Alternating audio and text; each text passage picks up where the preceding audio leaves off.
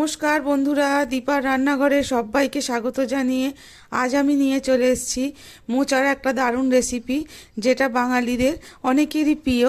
আজকে রেসিপিটা আমি বানাবো চিংড়ি মাছ দিয়ে, কিন্তু একটু অন্যভাবে আর সহজভাবে বাড়িতে এটা বানিয়ে নেওয়া যায়। খেতে হয় কিন্তু খুব দারুণ। গরম ভাতের সঙ্গে এই মোচা চিংড়ির রেসিপিটা খুব দারুণই খেতে লাগে। তাহলে চলুন রেসিপিটা আজকে শুরু করে দিই।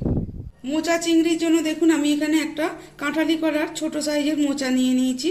মোচাটা প্রথমেই আমি এইভাবে এই যে মোচার খোসাগুলো এইভাবে একটা একটা করে ছাড়িয়ে নেব। আর এই যে মোচাগুলো এইভাবে এরকমভাবে ছেড়ে ছেড়ে এভাবে রেখে দেবো আগে, তারপর এগুলো কুচিয়ে নেব। আগে প্রথমে এভাবে ছাড়িয়ে নেব। এখন আমি কিন্তু হাতের মধ্যে কোনো তেল মাখিনি, যখন মোচাগুলো কাটবো তখন তেলটা মেখে নেব। আর মোচা কাটার পদ্ধতি কিন্তু এর আগে আমি অলরেডি ভিডিওতে আপনাদের সঙ্গে শেয়ার করেছি, চাইলে আপনারা সেই ভিডিওগুলো একটু দেখে নিতে পারেন। তাও আমি আপনাদের আরেকবার দেখিয়ে দিচ্ছি কিভাবে মোচা ছাড়াতে হয় বা কাটতে হয়। এই যে দেখুন এইগুলো করে নিলাম। প্রথমে এই যে মোচাটা ধরে এই যে ভিতরে যে শক্ত কাঠিটা, এই যে এই কাঠি অংশটা এইভাবে এটা ফেলে দিতে হবে। আর এই যে ওপরের এই যে সাদা মতো এই যে খোসাটা, এটাও ফেলে দিতে হবে। এইভাবেই সব মোচাগুলো এক এক করে এই শক্ত কাঠিগুলো বাদ দিয়ে দিতে হবে, আর এই ওপরের সাদা এই খোসাটা ফেলে দিতে হবে। এই যে দেখুন এ থেকে একটা একটা করে সব কাঠি ছাড়িয়ে নিয়েছি, আর ওপরের এই সাদা সাদা যে খোলাগুলো সেগুলো ফেলে দিয়েছি। এবার আমি এগুলোকে ছোট ছোট করে কুচিয়ে নেব। এই যে দেখুন মোচাগুলো সুন্দর করে কেটে ভালোভাবে ধুয়ে নিয়েছি, ধুয়ে জল ঝরিয়ে রেখে দিয়েছি। এবার আমি এগুলোকে প্রথমেই জলে সিদ্ধ করে নেব। মোচা সিদ্ধর জন্য দেখুন গ্যাস অন করে আমি একটা স্টিলের পাত্র বসিয়ে দিয়েছি, আর তার মধ্যে পরিমাণ মতো জলও দিয়ে দিয়েছি। এবার জলের মধ্যে দিয়ে দেব লবণ, সামান্য একটু লবণ দিয়ে দিলাম। দিয়ে এবার আমি এর মধ্যে মোচাগুলো সিদ্ধ করতে দিয়ে দেব। সব মোচাটাই দিয়ে দিয়েছি জলের মধ্যে। এবার ভালোভাবে লবণটার সঙ্গে মোচাটাকে একটু মিশিয়ে দিয়ে এটা 5 থেকে 7 মিনিট আমি একটু ভাপিয়ে নেব। তার জন্য আমি একটা চাপাও দিয়ে দেবো এর মধ্যে। মোচা চিংড়ি বানানোর জন্য মোচা তো আগে থেকে কেটে সিদ্ধ বসিয়ে দিয়েছি। আর এদিকে কি কি লাগছে দেখে নেওয়া যাক। চিংড়ি মাছ আমি এখানে দেখুন নিয়েছি, বেছে ধুয়ে রেখে দিয়েছি। লবণটা আগে থেকেই মাখিয়েছি, হলুদটা রান্নার সময় মাখিয়ে নেব। আর এখানে নিয়েছি দেখুন মিডিয়াম সাইজের দুটো আলুকে ছোট ছোট টুকরো করে এইভাবে ডুমো ডুমো করে কেটে ধুয়ে রেখে দিয়েছি। আর লাগছে একটা বড় সাইজের পেঁয়াজ কুচিয়ে রেখেছি এখানে। আর এখানে নিয়েছি কয়েক টুকরো টমেটো, মানে কেটে টুকরো করে নিয়েছি। আর একটা কাঁচা লঙ্কা কোটা নিয়েছি। আর নিয়েছি এখানে আদা রসুন বাটা 1 চামচ। এখানে দেখুন মোচা সিদ্ধ হয়ে গেছে। আমি একটা ঝাঁঝরির মধ্যে জল ঝরিয়ে ঠান্ডা করে নিয়েছি। এবার রান্নার জন্য দেখুন গ্যাস অন করে কড়াই বসিয়ে দিয়েছি। কড়াইয়ের মধ্যে দিয়ে দেব সাদা তেল পরিমাণ মতো। আমি এখানে প্রথমে 2 চামচ সাদা তেল দিয়ে দিলাম। তেলটা ভালোভাবে গরম হয়ে গেছে। এবার আমি চিংড়ি মাছের মধ্যে দেখুন একটু হলুদ ভালোভাবে ছড়িয়ে দিয়েছি। হলুদটা এবার মাখিয়ে নেব ভালোভাবে চিংড়ি মাছের সঙ্গে।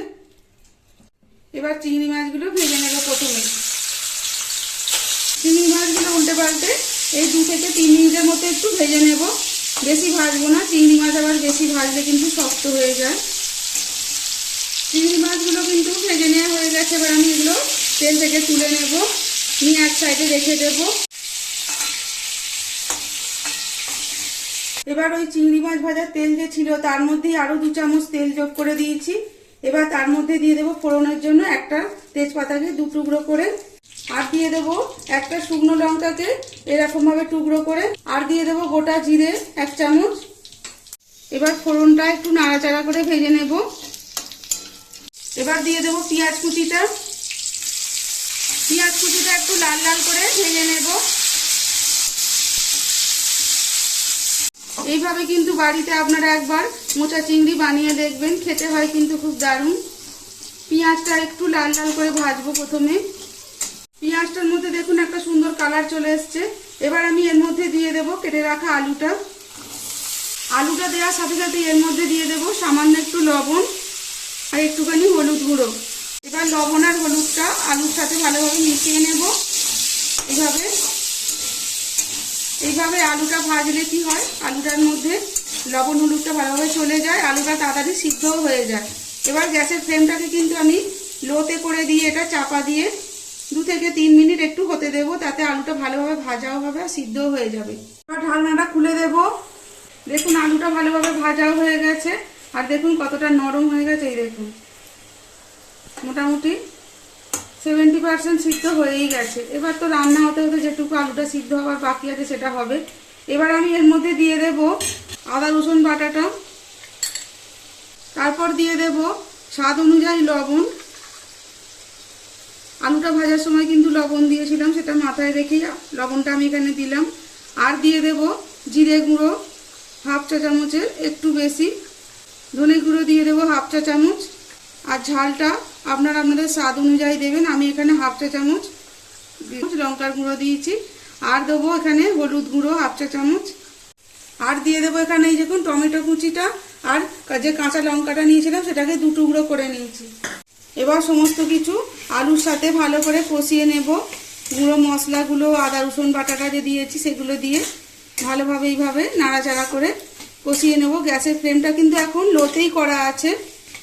আর মশলা কষাবার সময় সামান্য একটু জলও দিয়ে দেব, যাতে মশলাটা নিচে না লেগে যায়। সব কিছু ভালোভাবে এইভাবে মিশিয়ে নেব। এবার আমি এর মধ্যে দিয়ে দেব আগে থেকে সিদ্ধ করে রাখা যে মোচাটা, সেটা দিয়ে দেব।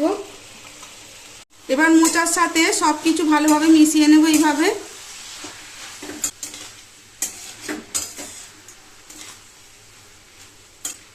এমনি মোচা তো শাকের মতো তাড়াতাড়ি সিদ্ধ হয়ে যায়, তাই আলুগুলো ভাজার সময় আমি একটু ভালোভাবে আধ সিদ্ধ করে নিলাম আর কি। এবার ভালোভাবে সব কিছু মিশিয়ে নেওয়া হয়ে গেছে।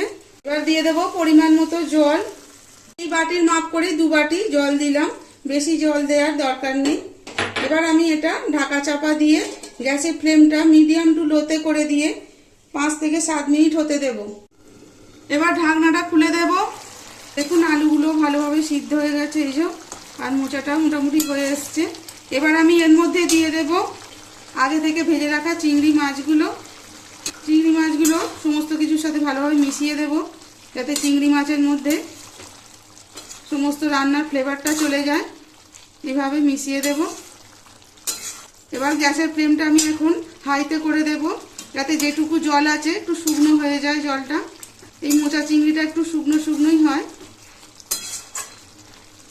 এবার আমি 2 মিনিটের জন্য শুধু চাপা দিয়ে দেব রান্নাটা বাকিটা হবার জন্য।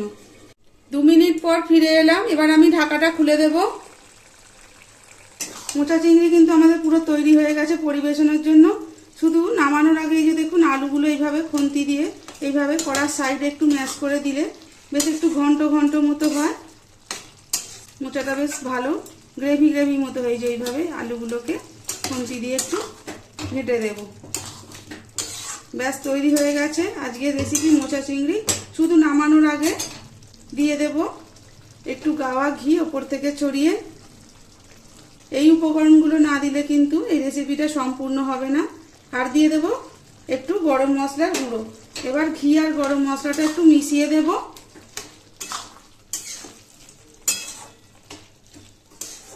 ব্যাস গ্যাসের ফ্লেমটা বন্ধ করে দিয়ে এটা এবার আমি পরিবেশন করে দেব। তাহলে কেমন লাগলো বন্ধুরা আজকে আমার এই মোচা চিংড়ির রেসিপিটা যদি ভালো লেগে থাকে তাহলে ভিডিওটিকে অবশ্যই একটা লাইক করবেন, বন্ধুদের সাথে শেয়ার করবেন। আর কেমন লাগলো আমাকে কমেন্টে দ্বারা অবশ্যই জানাবেন। আর আমার চ্যানেলের এরকমই নতুন নতুন রেসিপি সবার আগে পাওয়ার জন্য চ্যানেলটিকে প্লিজ সাবস্ক্রাইব করে রাখবেন, পাশে থাকা বেল আইকনটি প্রেস করে। তাহলে আজকের মতো এখানেই শেষ করছি। দেখা হবে পরের কোনো এরকমই নিত্য নতুন রেসিপির সাথে। আর ততক্ষণ আপনারা অবশ্যই সুস্থ থাকবেন, সাবধানে থাকবেন। আর ভিডিওটা প্রথম থেকে শেষ পর্যন্ত দেখার জন্য সকলকে অনেক অনেক ধন্যবাদ।